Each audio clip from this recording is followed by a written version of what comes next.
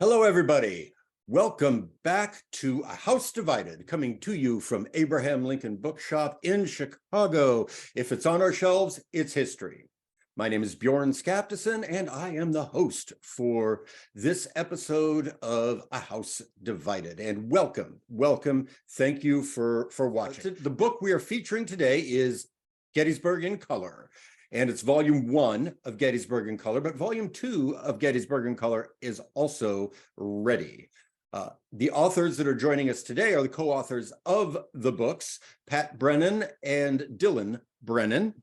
And briefly, I will tell you a little bit about their biographies. Pat Brennan is the author of Secessionville, Assault on Charleston, also To Die Game, Jeb Stuart, CSA, and a bunch of other stuff. Pat's a writer. He's a great writer, and he writes a bunch of stuff. He's on the editorial advisory board of the Civil War Monitor, and he's written stuff that's been in the Chicago Tribune and the Reader and stuff like that. Dylan Brennan works in broadcast video.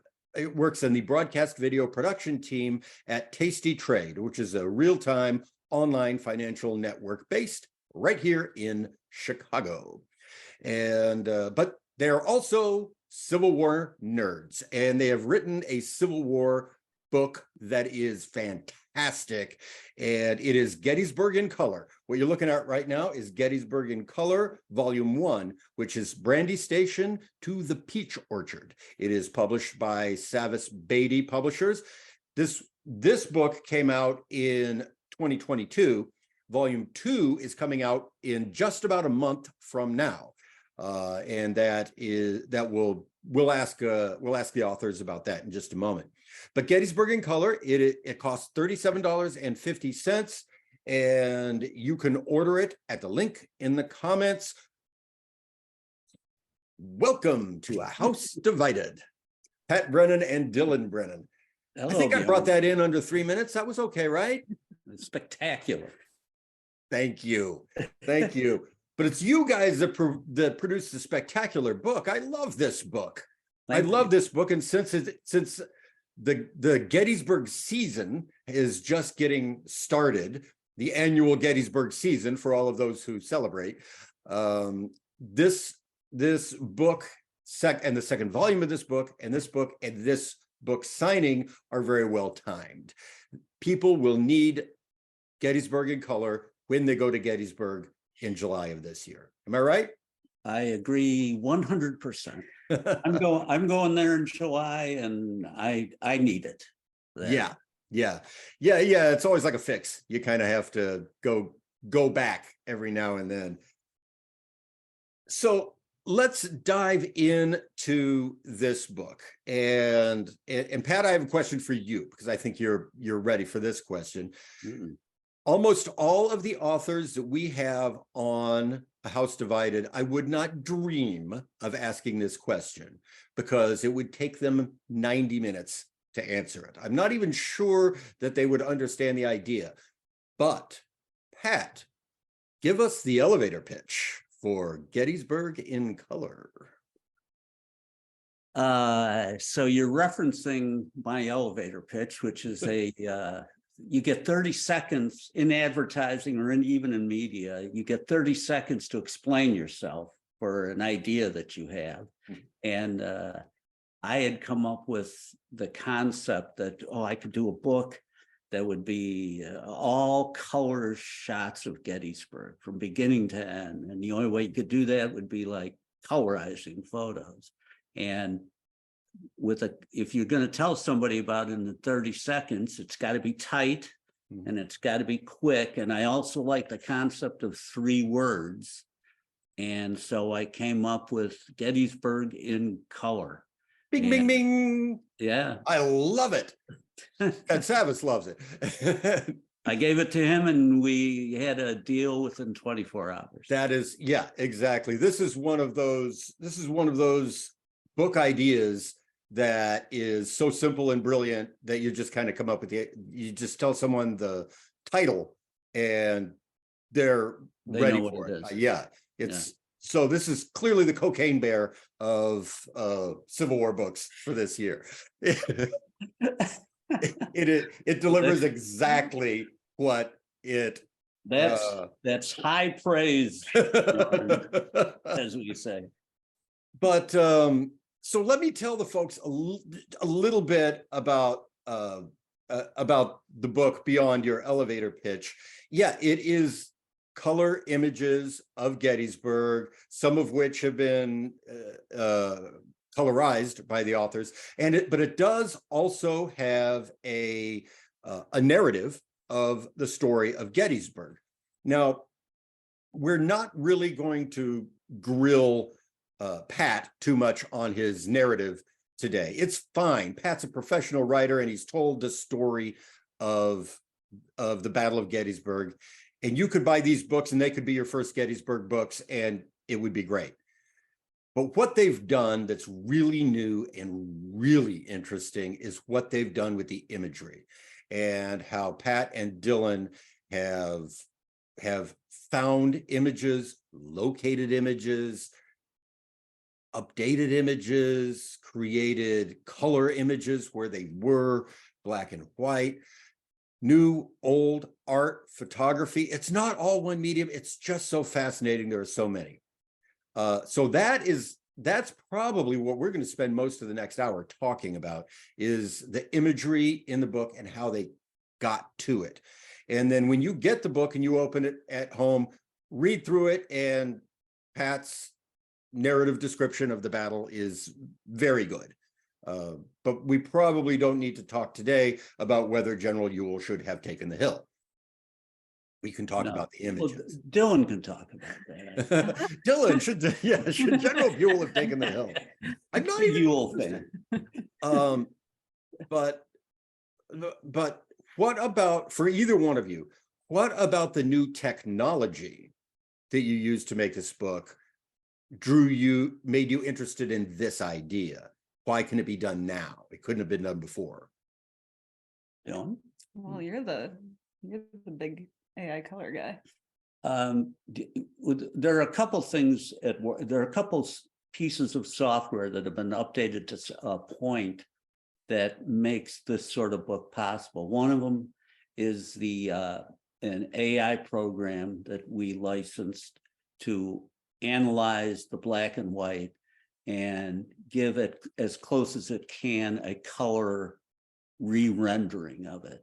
But then there's also programs that we use to clear up the images, to create the maps, which were based on Google Earth, and to take what the AI did and make it even more accurate. So you'll notice that there might, like the Mozart regiment that we talked about earlier, they had a specific color blue in their uniforms.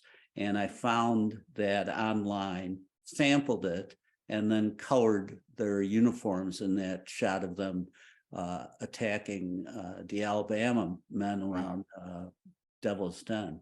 So there were a number of pieces of software that really made, because the software has gotten so good, it's made our job much easier. And then Dylan used Photoshop. Yep, did Photoshop for clearing up pictures. Sometimes we were combining two photos or two sections of something and morphing those together, and using Photoshop to clean up messy photographs with when they're all speckled or cracked, stuff like that. Right. Let's start off. I made a lot of images. So the folks at home, we're not going to show you all of the images from the book. You're going to have to buy it to get that. But yeah, let's start off with Abe. Was this your project, Dylan? Yeah, so basically my dad would work out all of the clothing, and then he'd send it over me to fix up the skin tones. For Abraham Lincoln specifically, a lot of times if one of the people looked like somebody in modern times, I would just grab a picture. I have one here of this guy looked like Alan Rickman. So I just straight up took Alan Rickman's photo and used it to colorize this guy because they had similar tones and things. For Lincoln, I searched through a bunch of images of people doing Abraham Lincoln cosplays, I guess. and Sure, the found a lot presenters, of people who had the similar skin tones and grabbed colors from there. And we also found descriptions of a lot of the images in the book, and based our choices on those descriptions. And with Lincoln especially, there's a lot of description of his skin color as sallow. And so where you see a lot of these recreated Lincoln shots, and he looks really healthy and kind of glowing, but in the descriptions that we found of him at the time, no one ever commented about how ruddy he was or about how healthy he looked. They always talked about how sallow he looked, and he didn't sleep very well. And so there was a number of decisions that we made that were based on those kinds of descriptions. And you have used what's known as the Gettysburg Lincoln. This was an image taken, on November 8th, 1863. So this is what the man looked like 2 weeks before he gave the speech. Yeah, exactly. That's why we chose that. We've actually done a number of different photos of him, and this one by far looked the best, and it made the most sense because it's the closest to the battle. Really, it's a couple months after the battle. Yeah, and we do have we'll show you later, but we do have a life oil of Lincoln around the corner from where you're sitting right now. So you can compare that to this, and it's really pretty cool. But this image is very close to that. This is really great. Now, you mentioned in the text about the challenges of choosing the right images for the battle commanders. You have most of them are in there, or at least most of the higher ranked commanders. Yeah, brigade command up. The only ones we didn't do, well, there were a couple we didn't do that didn't really make it into the story much. But you also mentioned certain challenges that came in choosing the right image for the generals. In this case, there's Grumble Jones and Jeb Stuart. And then here's, let's take a look at Stuart close up. Got to get those eyes right, huh? Those blue eyes. Yes, sir. We talked about that a lot, that he had those blue eyes and he had red hair, and he was a healthy, vibrant human being. And Dylan did a great job with those eyes. Yeah, they really are. And he's just staring right at you. And so this is something that the color software really improves on the black and white image. But still, those original, I'm always astonished that the original generation of photography takes just these brilliantly vivid photos. They're almost as good as anything we could do today. Well, they had these crazy chemical reactions, that they would have happen and turn them, develop them right on the spot on the glass. Of course, all those chemicals kind of would mess you up and eventually kill you. But it was the sacrifice they made to come up with these shots. So there's no pixels in the originals. There certainly are, but with the Library of Congress, a lot of the shots that we found were oversampled. So we had really, really wonderful versions of them to work with. Yeah, this is James Wadsworth, so you've got him super close up. Well, Dylan could maybe talk to this, but it's interesting because one of the challenges she faced was dealing with a photo that was a little bit out of focus in parts of it, but in focus for other parts of it. How did you manage that? Yeah, the color, like, I don't want to say it doesn't stick, but when it's like overexposed, or if there's sections that are blurry or like washed out, it tends to look a little like clownish when you put color on it. So that was a bit tricky, but would kind of just do a lot of layers of things to try and make it pop a little bit. But a lot of times it's you just kind of tone it down a little bit so it's not too cartoonish. That was Mhm. kind of one of the biggest things, was desaturating a bit for those Okay.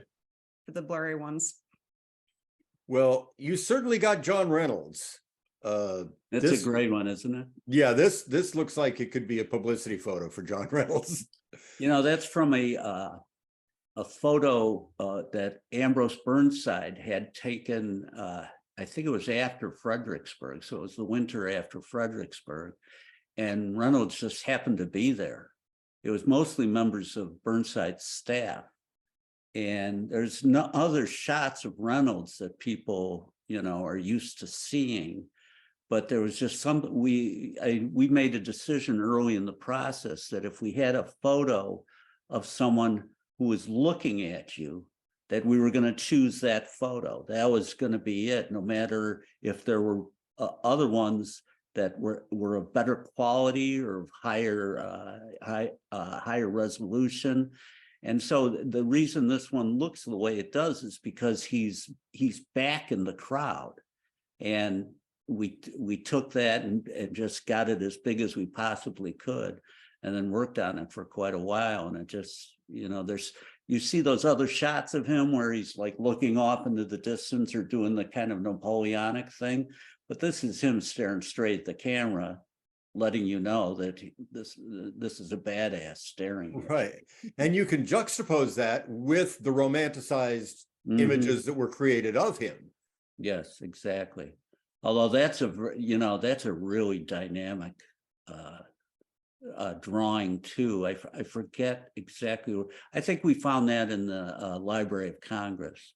Okay. And you know, it's interesting too, because they over on the very left corner, there's a Confederate who seems to be the guy that's actually shooting. Oh, I see him. Yeah, he's over there. Is you know, they put the soldier that did the deed in the photo. Yeah. It's a beautiful dynamic shot. You can see his hat flying off his head. And Right. it's just, you know, a lot of those drawings and woodcuts were very, very dynamic, had a lot of action in them, and are exciting. And as we added color to them, they came out even more. It was, you know, it's amazing when we would finish something and we'd go back and forth, and I'd be like, "Dylan, you see how cool this is?" And she's like, "Yeah, it's cool. It's cool." Yeah, certainly the artists that created Civil War art at the time were very good at what they did. It brings to mind, I know that Boston University has a collection of original drawings from the various battlefield artists, you know, Woad and Dory Davis and all the rest. And they digitize them and put them online. And the woodcuts that appear in Harper's and in Harper's Weekly are remarkably well rendered from these extraordinarily talented drawings. You know, talented artists making great drawings. Yeah, the people that made the woodcuts from the photos or from the drawings were just as much artists as everyone that actually did the drawings, because that's a difficult thing to do. Yeah, when you think exactly about putting out an issue a week. Yeah.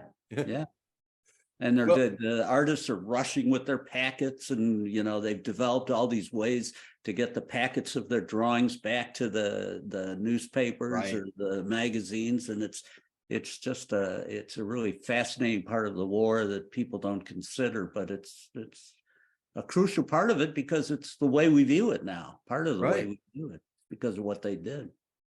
Well, this brings us to the maps. The images that we were just looking at, especially the image there of General Reynolds getting killed. Here is something about Gettysburg in color that makes it extraordinarily useful, not just entertaining, but extraordinarily useful. These maps where you've got multiple layers, you can see what's going on, but also you've got these little camera icons that you can compare to each of the images and see exactly where you are in the battlefield and the point of view. And I think that death of Reynolds was that number 1 or number 4? 4. It's number 4. So it's like right here, right? Yeah. It's right where his monument is now. Yeah, where the monument is now. Well, I'll tell you, there's going to be lots more maps to look at, but Dylan, can you give us like the elevator pitch of the challenge that you face when you're coming up with each of these maps? Well, a lot of what I did, my brother did a lot of the cleanups of the Google Maps images that were taken so that we could get rid of all of the modern aspects of it.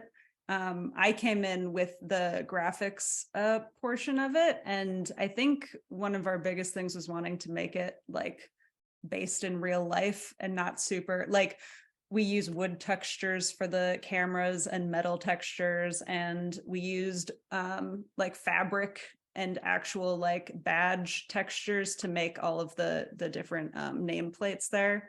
The different lines that are pointing towards where all the people are going was from like a compass. Right. Those are brilliant. Yeah, so there's a lot of like real life textures that blend in better with like a real image rather than something cartoony. Sure.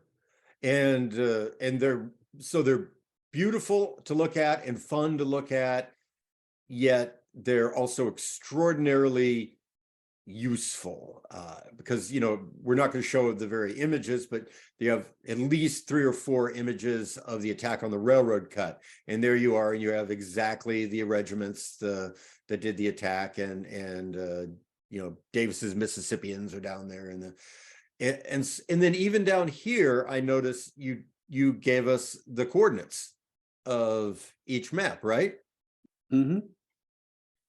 So again, this is why you need to have Gettysburg in color when you're at Gettysburg.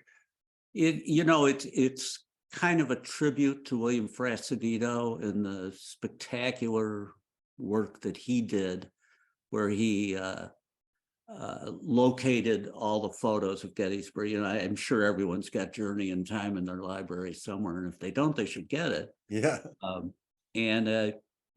Where he made it so you could go to the battlefield and see where the photos were and stand in front of the area and look at it. Well, we kind of did the same thing with the drawings and the artwork and everything. We thought we could bring that as part of the whole process, because when we first did the maps, we were just going to do the maps and have the troop movements on there. And then we started talking about it and saying, you know, wouldn't it be cool if we had the point of view, and how can we describe the point of view? And we came up with the camera, and Dylan looked up online what the cameras looked like at the time and took the colors off the camera. So that's kind of a tribute to the cameras of the time. You know? Right. And then I want to look at, this is an evocative image to me, because we've already looked at an image that was like a romanticized death of Reynolds that was illustrated. This is a post-war image of Willoughby Run. What is it, like 30 years later? Yeah, in the 1880s, I think. So now you have a photograph that's not the original albumin that they used in 1863. It's another type of photograph, right? Yeah. Yes. That's right down in Willoughby Run. That's where the left flank of the Iron Brigade was. You could actually see the land on the other side where the Confederates attacked the Iron Brigade, fell back, and then when the North Carolinians eventually attacked and drove them out of Herbst Woods. But it gives you an idea, even though it's not exactly at the time of the battle, it gives you an idea of how much more open it was at the time of the battle. Right, and this is the 19th Indiana position? Yes, exactly. So if you go to their monument with the book? It's just to the south of it, yes. And then here you use, in this case, an illustration of painting by Dale Gallen. Yeah, Dale Gallen and his wife were more than happy to work with us to provide a lot of these images, where a lot of the other images that we use, we had to license at a standard rate. Yeah. The Gallons, because we use so many of their images, gave us a deal, and that's why you see a lot more Dale Gallen stuff. Plus, his work is really historic, and it's dynamic, and it worked really well for what we were trying to do with creating a narrative. Right. And again, for the folks at home, I'm going to page back and page forward again, because this is what you get with the book. You'll find like these three images are going to give you a story. There's the map, and that's going to tell you where this happens. And then there's one image of the battlefield, and then an image of what's occurring on the battlefield. This is right where the Black Hats are going to take these prisoners on the morning of July 1st, right? That's exactly what we were trying to accomplish with having these images in a row, telling the story of the battle, so that you could feel like, well, this is what it looked like physically through a photo, and then you could see the action shots. Obviously, there's no action photos of the battles. Mm-hmm. Because the cameras couldn't take him. And if you were a cameraman, you'd be crazy to be, that would be nuts to be the big camera that they had and everything. But, sure. We wanted the viewer to get a sense of the action through the different images of action, but also get a sense of what it looked like in reality, and tell the story that way. Hey, I want to go through take us to another story that you tell in a series, in a map and a couple of images. And again, this is one of the really famous stories of the first day at Gettysburg. And again, you tell the story by having the pictures all there. And here's Dylan's map of the town and where the images are taken within the town. Mm-hmm. But then we start with this post-war image of Coaster Avenue, right? Exactly. That's the right flank of Coaster Avenue, and the field in the background is where Early's troops swung around and crushed the flank. Came in on the flank, right. And if we go back to the map, we're going to see that up here in the corner, on the upper 20, yeah. corner is where the brickyard is, 20 and 21, 22. But you have the monument to the 154th New York, which opens the gate on this legendary story.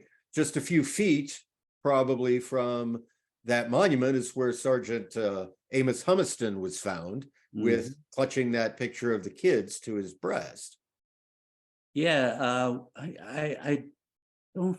Library of Congress. So that image was in the Library. I know the kids' image is in the Library of Congress too.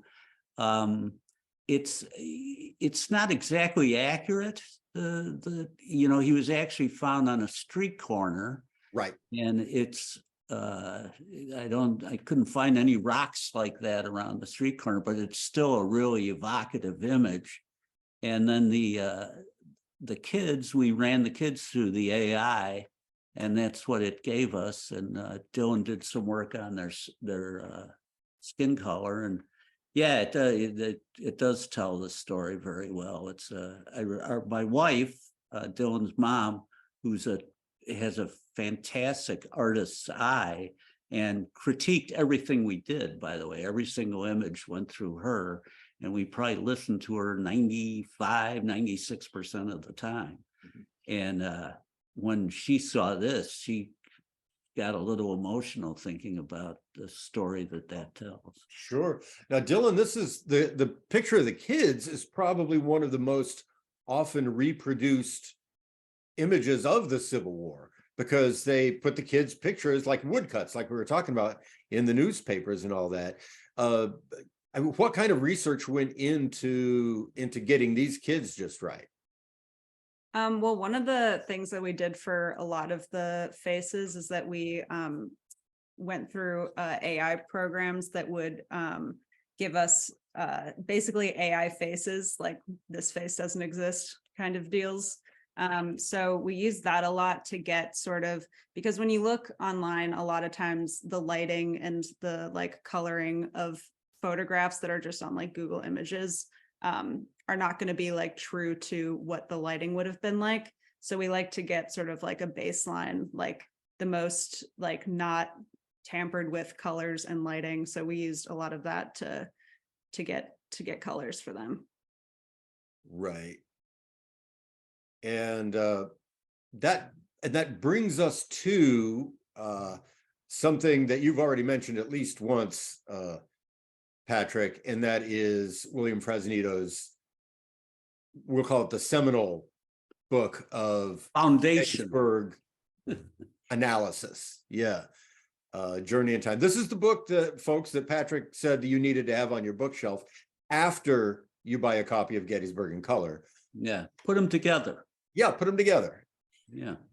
So how, let's take a look at some of the stuff that Fresnito published, and that you took that same image and now you needed to look for ways to bring that to life in color.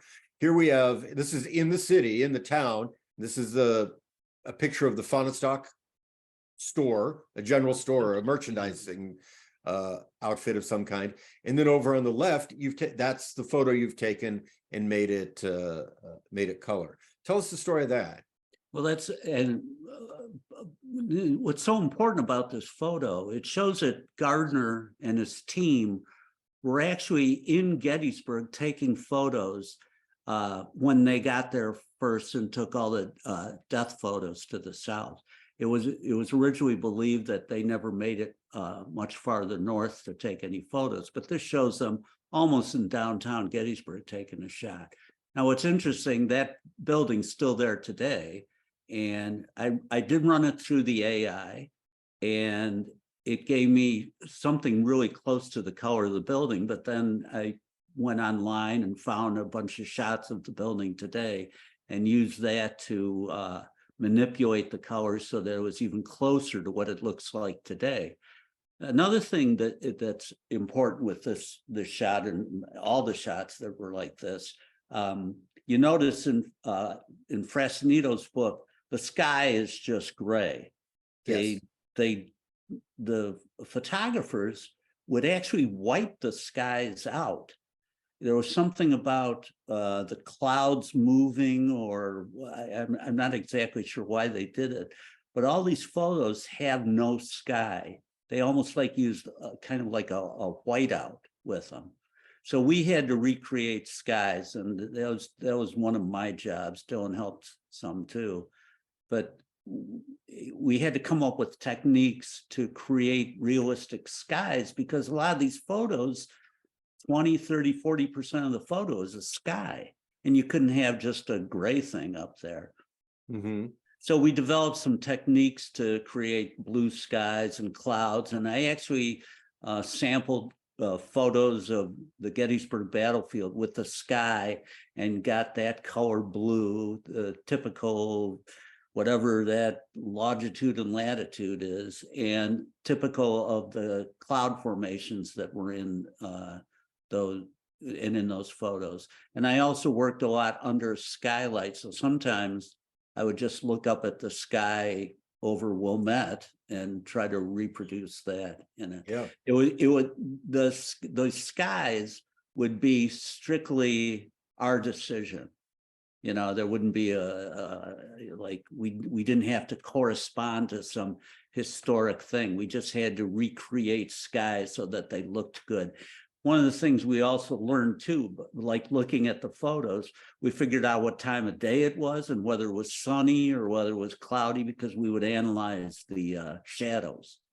And the shadows would tell us, we got really deep shadows and they were going in a specific direction. We could say, okay, the sun's over here, so that's going to be blue sky over there, and we can have cloudy sky over here. And it was just the kind of deep dive you have to do when you're trying to organize these images. Right. And that's I think if you've read Bill Fresnito's book, you've got a framework for that analysis, you know? Oh, absolutely. I mean, it's funny.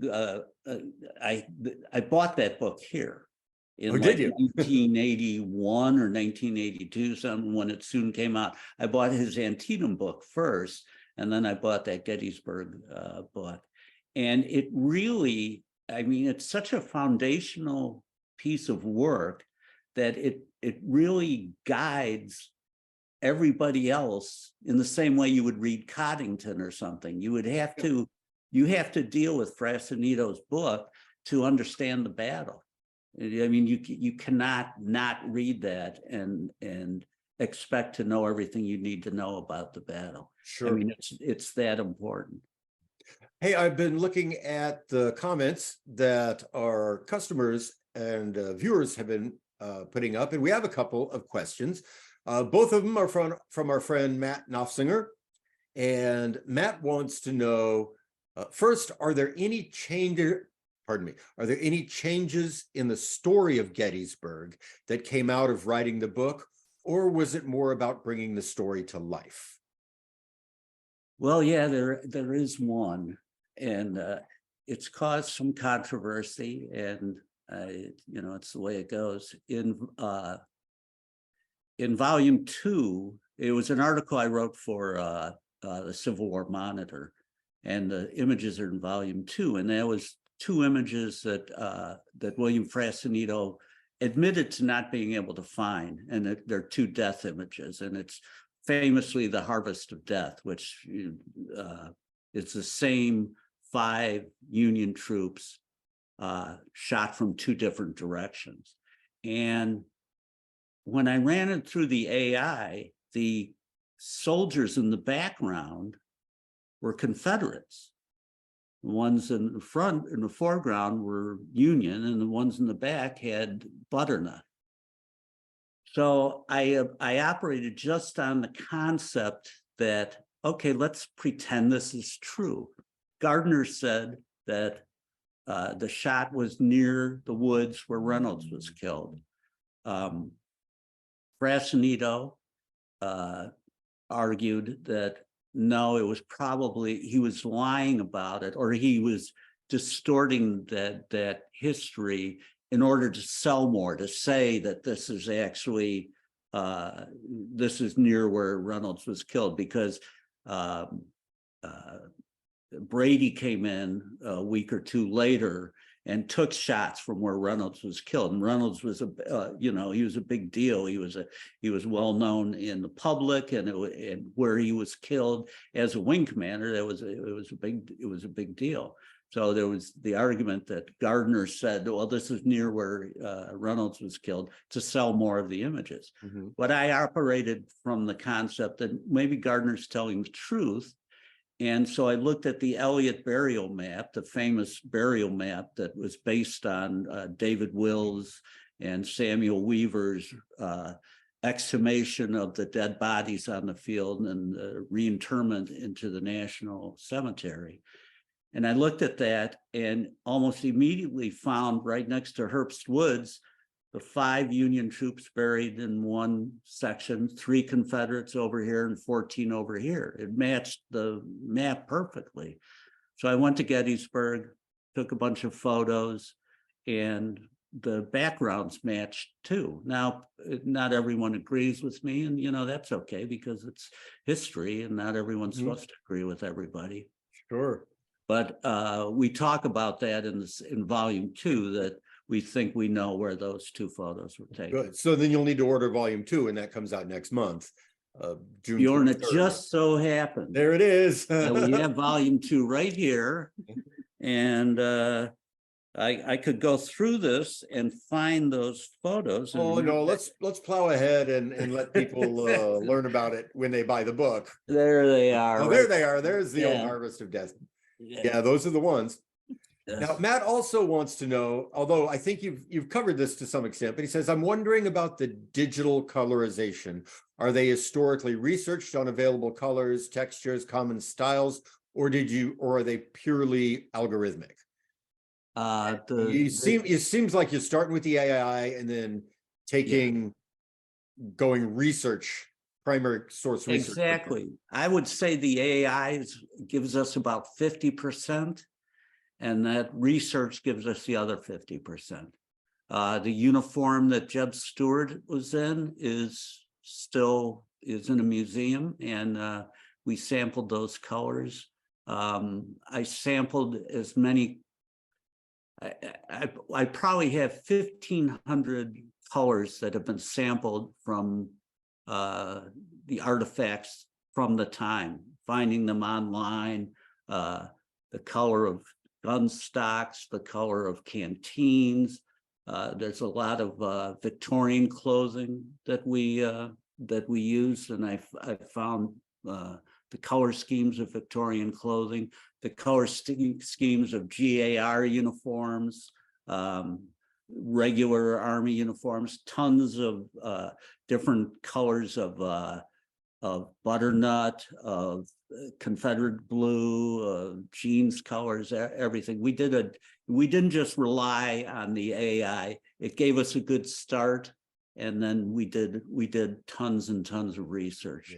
In a minute, I want to get to those Confederate uniforms, because some of the stuff you've done with that has just been brilliant, and I don't want our viewers to miss out.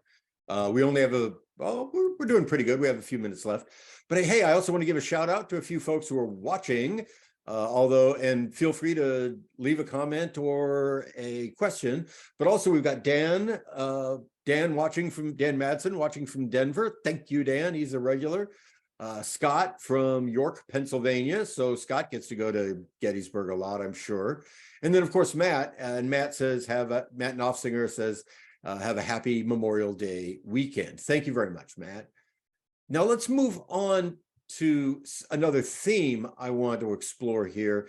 And that's, you're using both modern, when you use art, when you use paintings, you use both modern artists. In this case, this is Mark Meritato this is Major Latimer and his Confederate.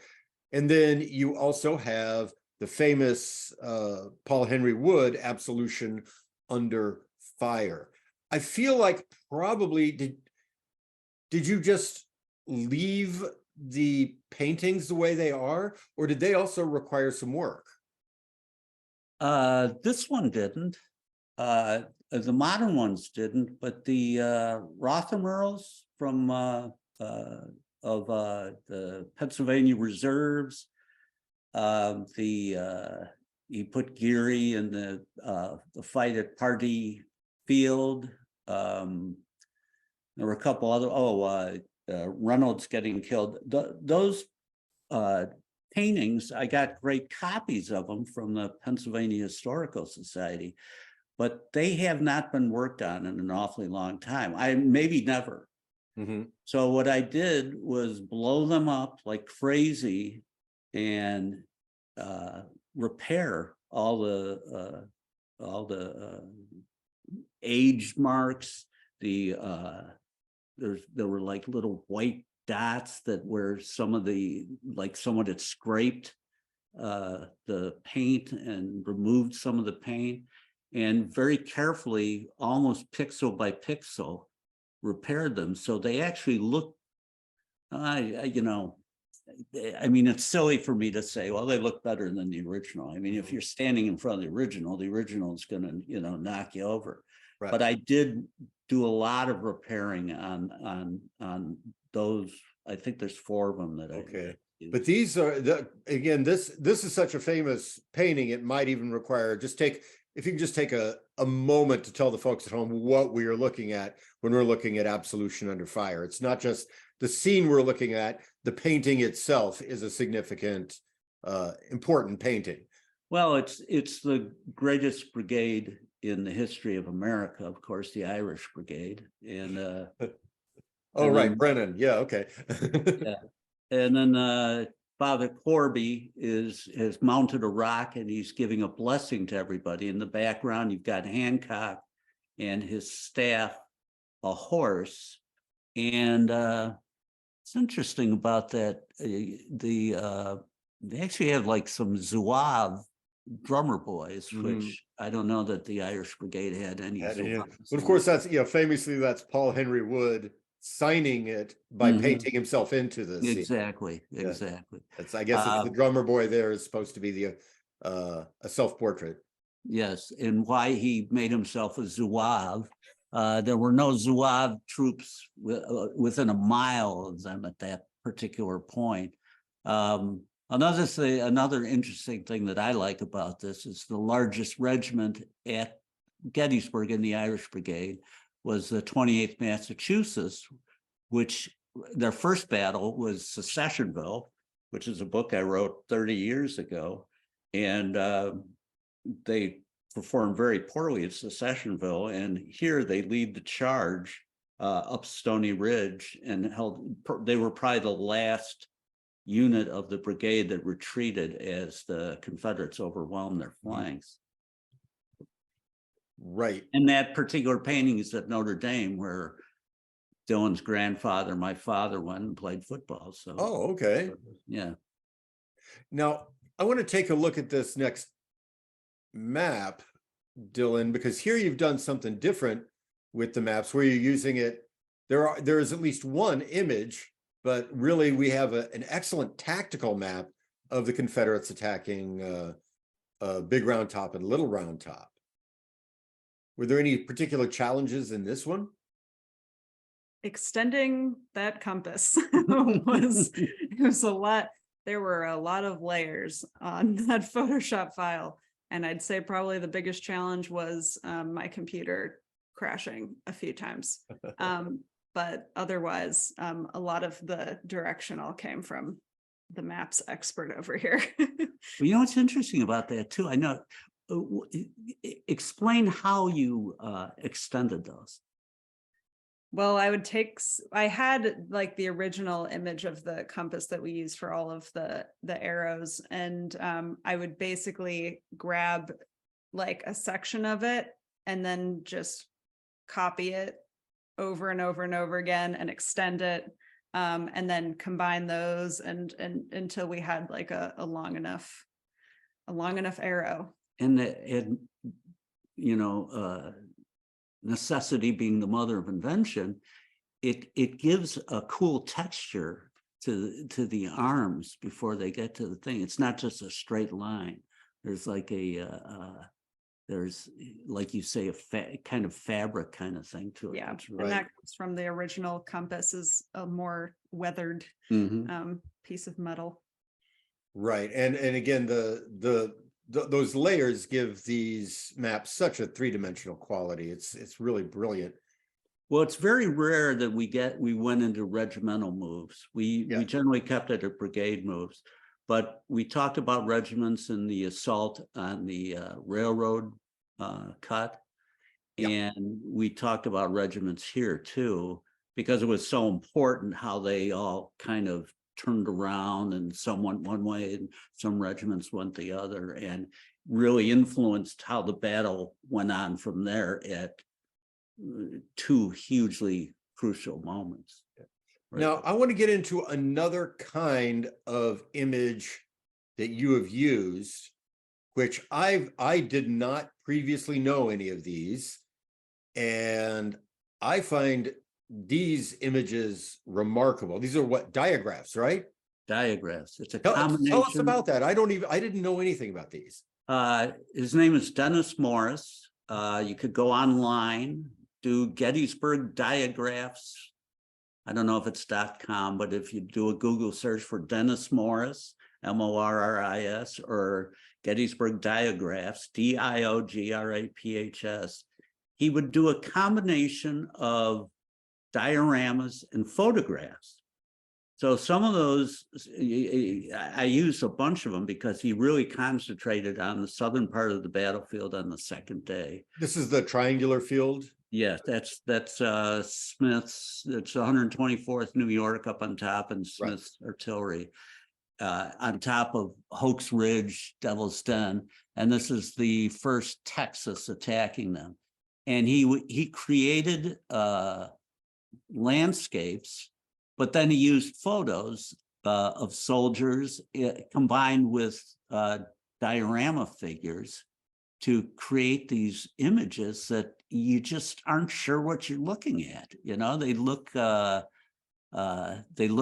of real. They've got dimension. They've got they're dynamic. They've got action, and they don't give you the usual a diorama where you're thinking, well, this this looks like a diorama. It doesn't look like that. I found him online and talked to him, and he very kindly let me use as many of his things as he wants. And one of the things I wanted to do to repay him was talk about what a great job he does. And he sells these images online, and they're fantastic. There's many, really are. There are many more than what I used. They do to some extent evoke the cycloramas. Certainly the Atlanta cyclorama combines a diorama with the painting itself. Yeah, and exactly. I get that feeling when I look at these. You're absolutely right. It does feel like that, which means that in a sense, we're saluting Clark Gable, who of course is in the Atlanta diorama. Yes, yes. And so is old Abe the War Eagle. Yeah. Who had been sent home long before the Battle of Atlanta ever happened. But hey, if you're going to have a bald eagle in the painting, you just have to have it, right? Well, we should make a reference then to the Rourke's Drift painting that has the proprietor of the Abraham Lincoln Bookshop. Dan Weinberg is one of the British soldiers. Yeah, Keith Rocco did that for us. Yeah, it's fantastic. Well, this brings us to an image that you referred to earlier, Patrick. And before we show it, let me show a book that we have, because you are actually, let me take that down. You took that from a famous book, right? Mm-hmm. This is a unit history about the 40th New York Volunteers called the Mozart Regiment. And so you started off with this 19th century engraving. Mm-hmm. I just wanted to show it there because just so folks could get the sense of the original black and white. And then that took you to this. Mm-hmm. And you've already talked a little bit about some of the really interesting challenges and opportunities you got by getting to take a 19th century book illustration and turn that into a color illustration. Yeah, and that, there's the famous rocks of Devil's Den back there, and we tried to top that color and help the sky a little bit. But the 40th, according to lore, had a somewhat different color uniform. Mm-hmm. And there's a reenactment group of the 40th that's active now, and they had the color of that uniform on. So we sampled that color to give their battle line that particular color. And that was there was a New York State flag. That's the right color for that, and obviously for the American flag and the Confederate battle flag is right colors. There should have been an Alabama flag in there somewhere, but there is. But that was that, and this was these kind of things were kind of fun to do because the AI doesn't have any can't read this stuff. But well, that's fascinating. Yeah, because I was about to ask, what was different about taking a work of art that's already stylized, and it's not what AI is looking for, because I guess AI wants to read a photo or something mm-hmm. like that, and then interpreting it yourself. So that involves you having to do more of the work? That entire thing, I painted on my own. Okay. Using Photoshop and another program that's similar to Photoshop. And and that's just based on research, based on photos of that particular area that's right next to Devil's Den, mm-hmm. and photos of the reenactment group today, and sampling American flags and the Confederate battle flag. It's just it's a really, really, really long process. It's like painting. I mean, it is painting, it's digital painting, but believe me, I did tons of research on all these things to And for- when you go, make when it you better. take your copy of Gettysburg in color to Devil's Den, you can go to this spot, right? Mhm. Oh, absolutely, absolutely, and it's on the map. The map will show you where the spot is. Mhm. That's a very there's a lot of action there. Yeah, And we yeah. portray a lot of action. So in the same way with Frassanito's book, where there was a lot of action there, and you see a lot of his point of views are in this. Well, I guess, yeah, here they are in Yeah. in your map. The 40th is coming right up the hill toward the Devil's Den, right? Mhm. Yeah, and you see number 9 there was the first Texas That diagram. diagraph we were just Yeah, looking at, right? yeah, yeah. Yeah, to get down there, you have to walk all the way through that field, that rocky field. That's Well, more you than know, hike. there is a back way you can get in there. You can drive from Rose Woods. You stop directly north of the triangular field, and there's a pathway that can take you down there. And it's very easy to navigate. It's really easy to find, and it'll take you right to that spot. Okay. Okay. Well, that's good to know next time I'm there. There I'll should follow be that. there should be some kind of handbook of Gettysburg that shows you all the paths that you can take around. You know, Right. they've got all the walkways and everything, but there should be descriptives of the paths too, including the old trolley path that runs through a lot of the battlefield still.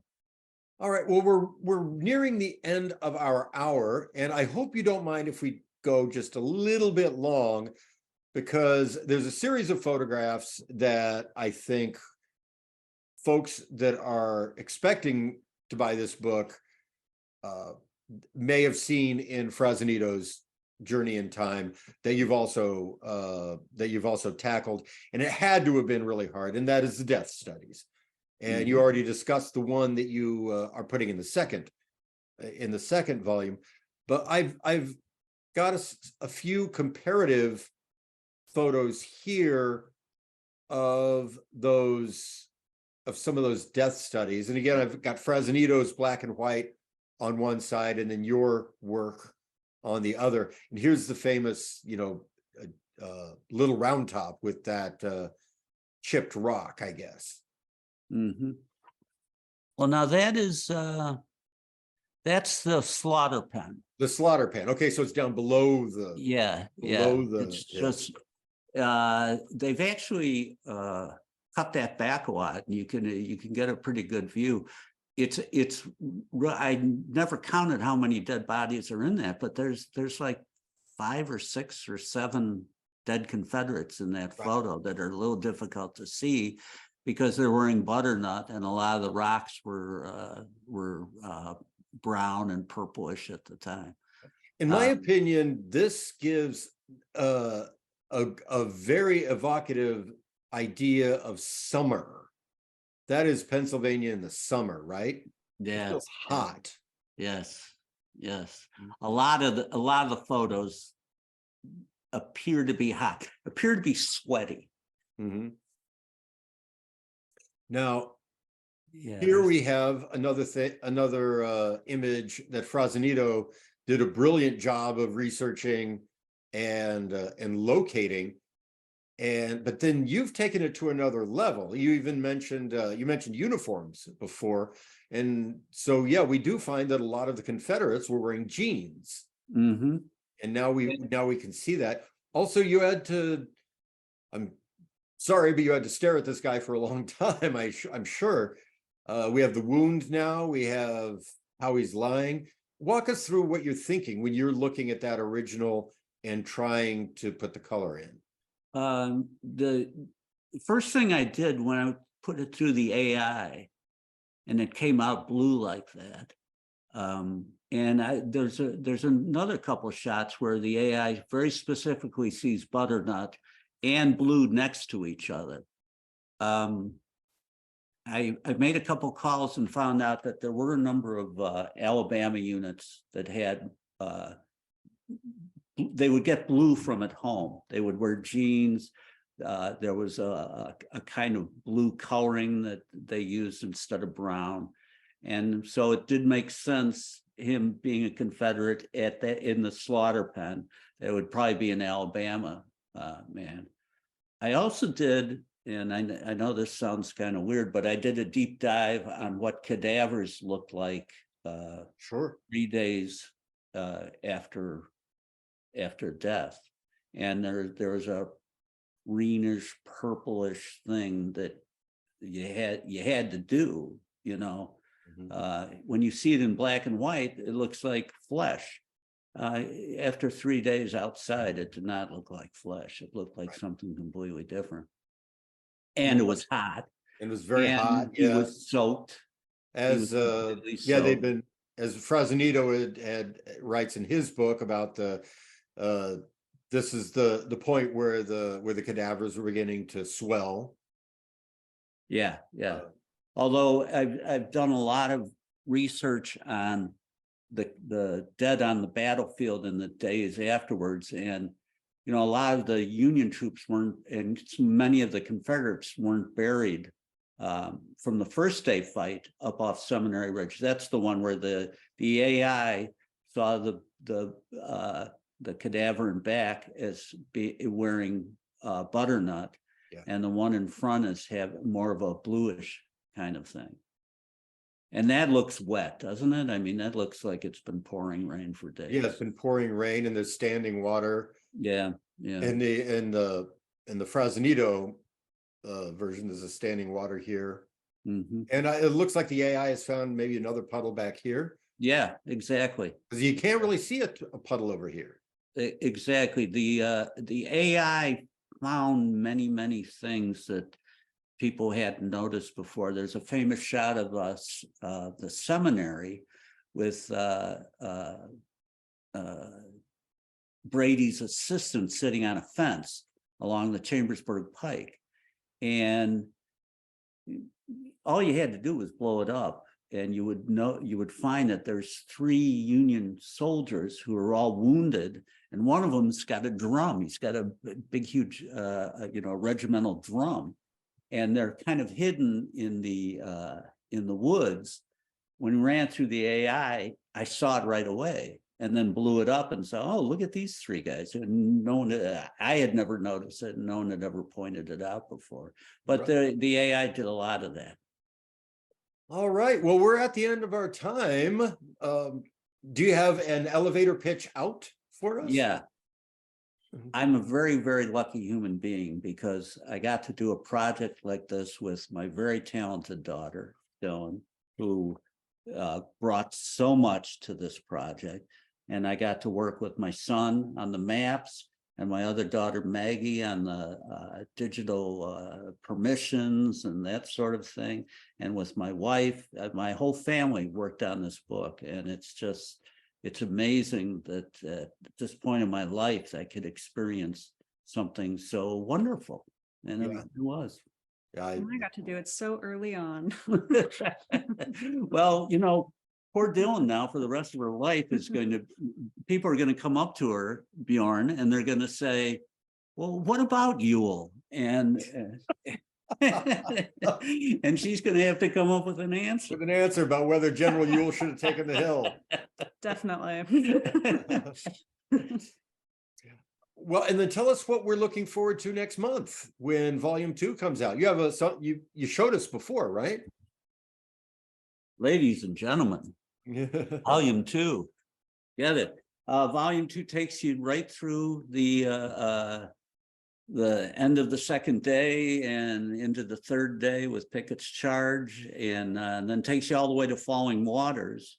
And next year, volume 3 will take you from Falling Waters to 1938 and the 75th anniversary when color films was introduced. But this will take you through the 3 anniversaries, the 25th, 50th, 75th, the veterans coming back and monumenting the field, deep dive into the what happened to have the cemetery built, some other things too that are really very interesting, and the different famous people that visited the battlefield, Right. besides Eddie Plank. And then July 3rd of this year, I'll be in Gettysburg at the Visitor Center doing a speech about colorizing Gettysburg and the pursuit of history. I'll be doing that for the Sacred Trust, Wayne Motz's thing.